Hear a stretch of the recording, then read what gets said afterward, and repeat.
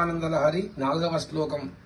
సర్వదేవతల కంటే శివుడు గొప్పవాడని తలచి శివుని పాదసేవ చేసే భాగ్యం తనకు కలిగించమని ఆ శివుణ్ణే శంకరులు యాచిస్తున్నారు.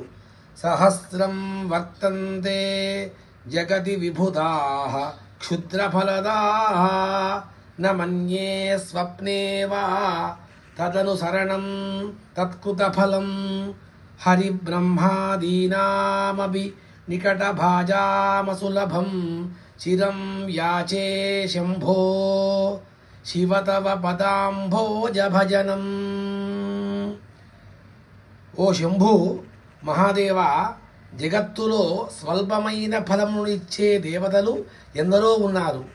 వారిని అనుసరించడం కానీ వారిచ్చే ఫలములను కానీ నేను కలయందు కూడా స్మరింపను.